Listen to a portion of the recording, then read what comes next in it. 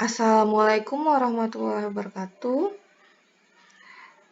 Untuk hari ini, sebelum memulai pelajaran, kita berdoa sesuai dengan keyakinan masing-masing. Berdoa dimulai.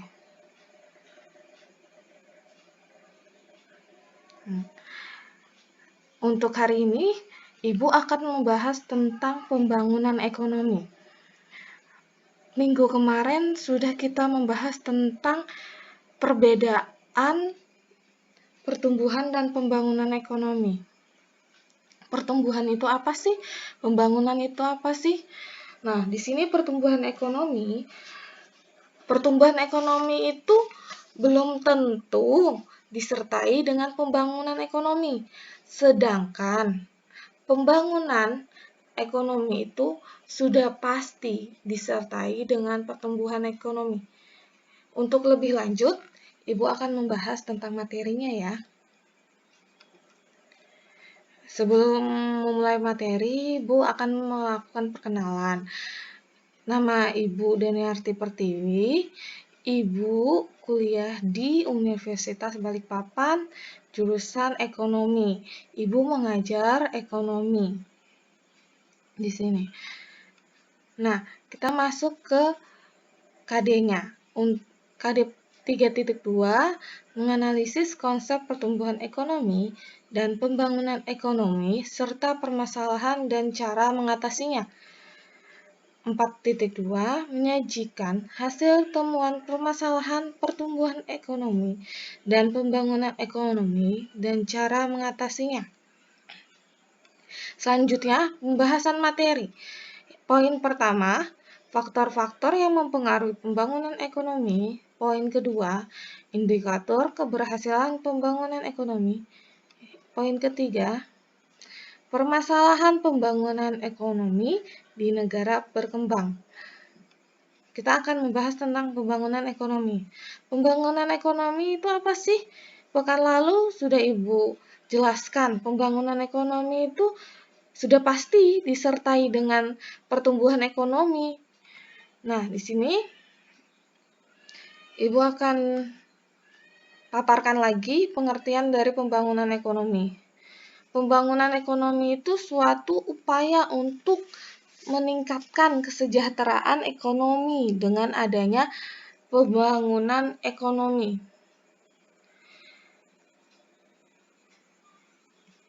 Semuanya, apapun definisi dari pembangunan ekonomi itu dapat dilihat atau perbandingannya itu dapat dilihat dari pendapatan nasional dari waktu ke waktu. Poin pertama yang akan kita bahas tentang faktor-faktor yang mempengaruhi pembangunan ekonomi. Faktor yang mempengaruhi pembangunan ekonomi itu apa? Yang pertama, poin pertama, SDM. SDM itu sangat mempengaruhi pembangunan ekonomi. Kenapa? Karena kualitas sumber daya manusianya itu bisa dilihat dari pembangunan ekonomi. Apakah sumber daya manusianya itu berkualitas atau tidak? Kalau sumber daya manusianya berkualitas, maka pembangunan ekonomi pun juga akan meningkat. Selanjutnya, begitu juga dengan sumber daya alamnya.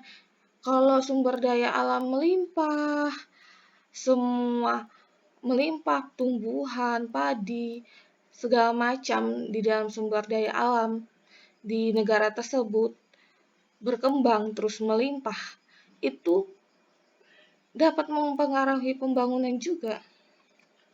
Terus teknologi, jika teknologi di negara tersebut maju, terus berkembang,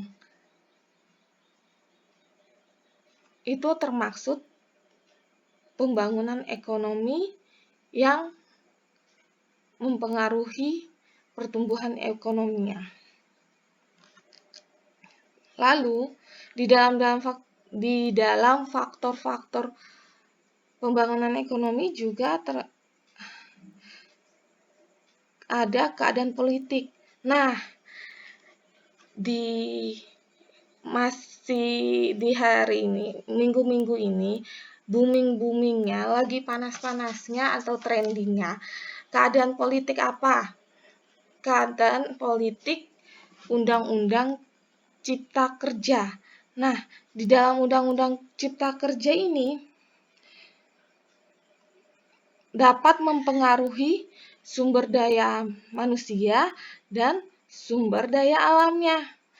Itu dapat merugikan sumber daya manusia dan sumber daya alamnya. Nah, kenapa merugikan sumber daya manusia dan sumber daya alamnya di dalam Undang-Undang Cipta Kerja terbaru ini, yang lagi trending ini?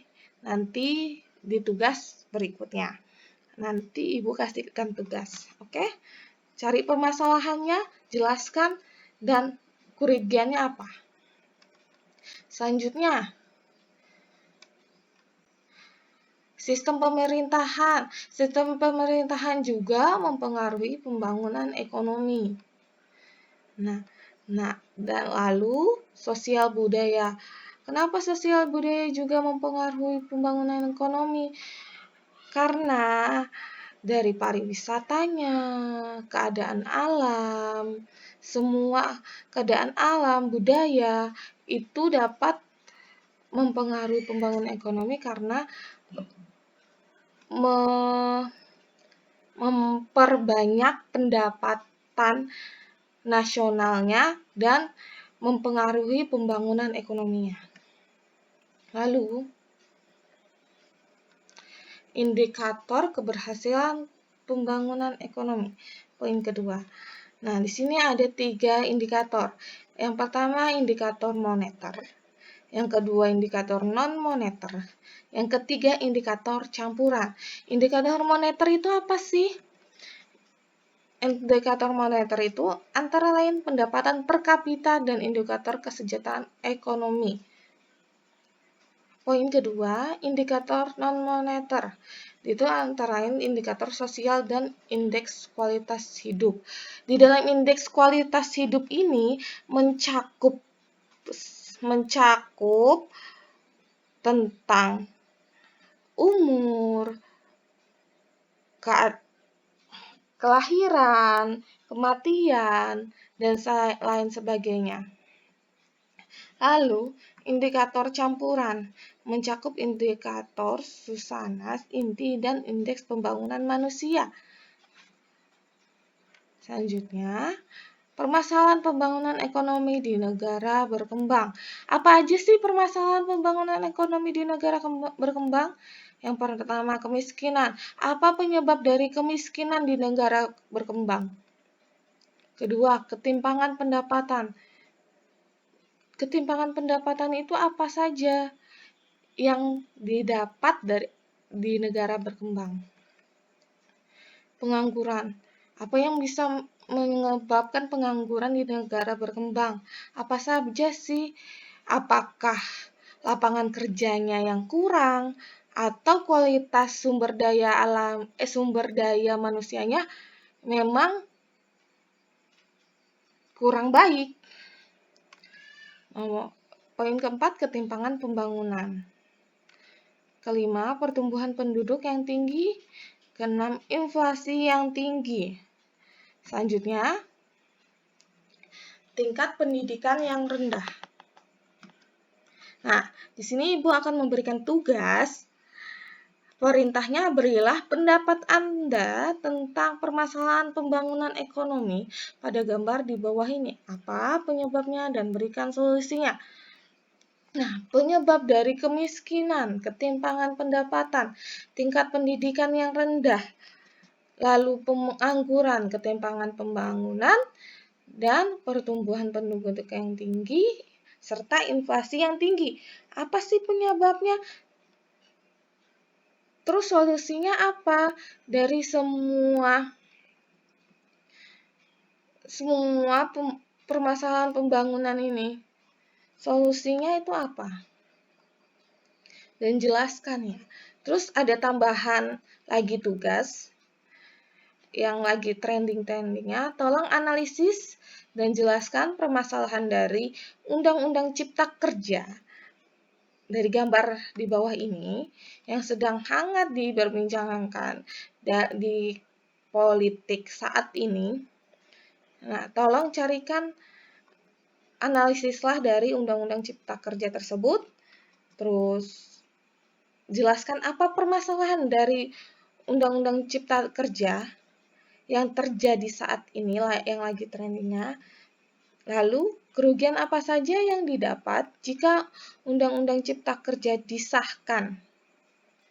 Kerugian apa saja yang didapat pada warga atau penduduk jika Undang-Undang Cipta Kerja itu disahkan oleh pemerintah? Di sini Ibu akan berikan note, kerjakan di buku tulis. Setelah selesai mengerjakan, hasilnya difoto dan dikirim ke portal DIK. Terima kasih atas partisipasinya. Jika Ibu ada salah kata, mohon dimaafkan. Jangan lupa jaga kesehatan, patuhi protokol kesehatan, jaga jarak, dan jangan lupa selalu menjaga kebersihan. Assalamualaikum warahmatullahi wabarakatuh.